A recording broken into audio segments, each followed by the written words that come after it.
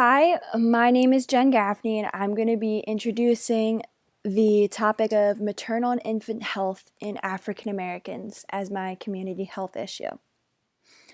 This has become a predominant issue as the maternal and infant health of African American women is significantly worse than any other racial group in the United States. So, I'm going to be talking about specifically what is going on with this problem and who it's affecting, possible causes for this problem, which include history and racism and oppression of African Americans, as well as possible solutions to this problem. So to start, what exactly is going on? Well, during the past couple years, there's been a specific uproar in the public health field as the disparity of African American maternal health has been apparent for some time, but it is alarmingly increasing negatively all of a sudden, even more so than it was. The maternal health for African American women is actually the lowest of any race in America. These women have the highest rates of childbirth-related deaths, preterm births, and low birth weight infants. So on this slide, I'm just showing you a couple of headlines that we've been seeing. Why are Black mothers and infants far more likely to die in the U.S. from pregnancy-related causes? Black women face more trauma during childbirth. And why is America's Black mothers and babies are in a life or death crisis? So just the statistics and facts. African American women are 3 to 4 times more likely to die from childbirth than non-Hispanic white women. Black women are more likely to experience preventable maternal death compared to white women. African American women are 2 to 3 times more likely to die from the same condition related to pregnancy as non-Hispanic white mothers are. African American infants are more than twice as likely to die than white infants, just in general. And this racial disparity is actually wider today than it was in 1850, which was 15 years before the end of slavery. So basically, African American infants are more likely to die now than they were even during slavery. And lastly, 7% of white babies are born premature compared to 13.7% of African American babies. So I have a couple graphs to show you just to give you some statistics and a visual to this. This graph from the CDC shows how high the percentage of pregnancy-related deaths is in African Americans versus whites, and how the maternal mortality gap is continually widening. So just in 2007, you see 34% versus now it's almost 10% more. In 2011, this isn't exactly now. This graph is from the National Center for Health Statistics, and it gives a visual of, you can see how much higher the preterm birth rates are in African Americans than other races. So non-Hispanic African Americans are at 16.5% for preterm birth, and as you can see, all the other races are pretty significantly lower. And here's another visual that it really stuck in my head, as you can see how big the bar is for African American women when it comes to maternal deaths compared to white women and any other race in America. This graph comes from the CDC, and it shows that 44 out of 100,000 live births, African American women die, versus only 13 in white women and 14 on the average of all the other races. So now we're going to get into what could be causing this disparity. While many disparities in health can be attributed to certain risk factors associated with certain races, such as hypertension in African American people, as well as environmental factors such as access to transportation, socioeconomic status, healthcare insurance, etc., studies have actually shown that the disparity of maternal health in African American women causes far exceed just these risk factors. The actual problem has been determined to be a result of systemic racism and discrimination. So we're going to be discussing basically racism, discrimination, the living experience of being an African American woman and how this affects maternal health, and the malpractice that happens in doctors' offices and hospitals and clinics due to systemic and unconscious racism and discrimination.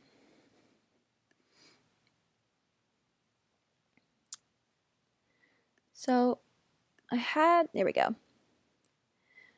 I have a video here that's going to give you a kind of just a overlook of the history and racism and discrimination. By the behavior of those healers, unfortunately. It starts with slavery. Doctors relied on slave owners for financial stability. They accompanied plantation masters to auctions to verify the fitness of slaves and were called in to treat sick slaves to protect their owners' investments. In 1807, Congress abolished the importation of slaves and in turn pushed Black women to have more children, to essentially breed slaves. Founding Father Thomas Jefferson later wrote, "I consider a woman who brings a child every 2 years as more profitable than the best man on the farm." Around the 1830s, the abolitionist movement led to the rise of what was called Negro medicine, or efforts to identify Black inferiority to justify slavery. And there were polygenists who tried to use both science and the Bible to find proof that races evolved from different origins. The 1830s also marked the beginning of recorded experimentation on Black women's bodies. One doctor performed experimental C-sections on slaves. Another one perfected the dangerous ovariotomy, or removal of an ovary by testing the procedure on slave women. In fact, half the original articles in the 1836 Southern Medical and Surgical Journal dealt with experiments on Black people. And then, of course, there was James Marion Sims, whose reputation is etched in history and on that statue in Central Park. Between 1845 and 1849, Sims began performing experimental surgeries on a 17-year-old slave named Anarcha. He eventually performed 30 operations on Anarcha and more surgeries on about 11 other female slaves. When his male colleagues could no longer bear to assist him in inflicting pain on the women, the slaves took turns restraining one another. Yet paintings depicting Sims, Anarcha, and other slave women presented a subdued version of his experiments. Even though anesthesia was introduced in 1846, Sims chose not to use it for his experimentation with slaves. His practices echoed one of the most prevalent and dangerous beliefs in medicine at the time, that Black people did not feel pain or anxiety. This book from 1851, titled The Natural History of Human Species, claimed the American dark races bear with indifference tortures insupportable to a white man. Studies released as recently as last year demonstrate that Black people are less likely to be treated for pain, particularly in the ER. So there are historical roots in the medical malpractices of African Americans, and this history has led to today's malpractices. It's not only malpractice, though. It leads to distrust in patients of their doctors, resulting in patients not receiving the proper care they need, as well as an added stressor to the patient.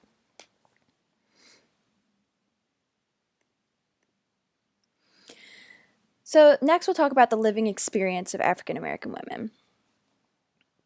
This basically consists of living with racism and its consequences.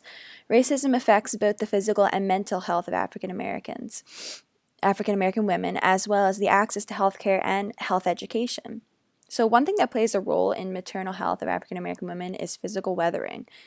African American women experience something called physical weathering, which means that their bodies age faster than non-Hispanic whites due to exposure to chronic stress, and that has been linked to socioeconomic disadvantages as well as discrimination over the life course of an African American woman. This chronic stress leads to pregnancies riskier at an earlier age. Research into racism as a psychosocial stressor suggests that over time, this chronic stress can lead to psychological changes that make the body more susceptible to diseases, as well as have greater risks in pregnancy. And without sufficient resources to cope with stress of racism, these psychological responses start to, quote unquote, weather the African American body and age it even more, leading to more poor maternal health outcomes. Another thing that African American women have a high rate of is unplanned pregnancies, and this probably has to do with disparities in access to quality contraceptives for Black African American women. So we see disparities in reproductive health care access, and this ultimately leads to having poor maternal health care as well as poor maternal health outcomes. Another part of the living experience of an African American woman is the fact that there are a lot of hospitals out there that predominantly serve African American people, and these are called Black serving hospitals. Because if you do look at a map of the United States, African American people tend to cluster in certain areas, so there are a lot of hospitals that predominantly only serve African American people. But studies have found that these hospitals actually have lower quality of maternity care, and 75% of African American women in the United States give birth in these quote-unquote Black serving hospitals. Therefore, this 75% of women are not receiving the best quality care that they could be.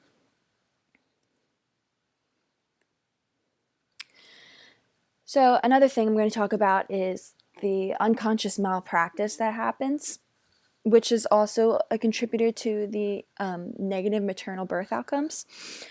So due to systemic racism in healthcare, there can be unconscious biases and malpractices by physicians when it comes to the care of African American women. There's this idea that African American women are not telling the truth when they tell their doctors about symptoms, and therefore they're not actually taken very seriously.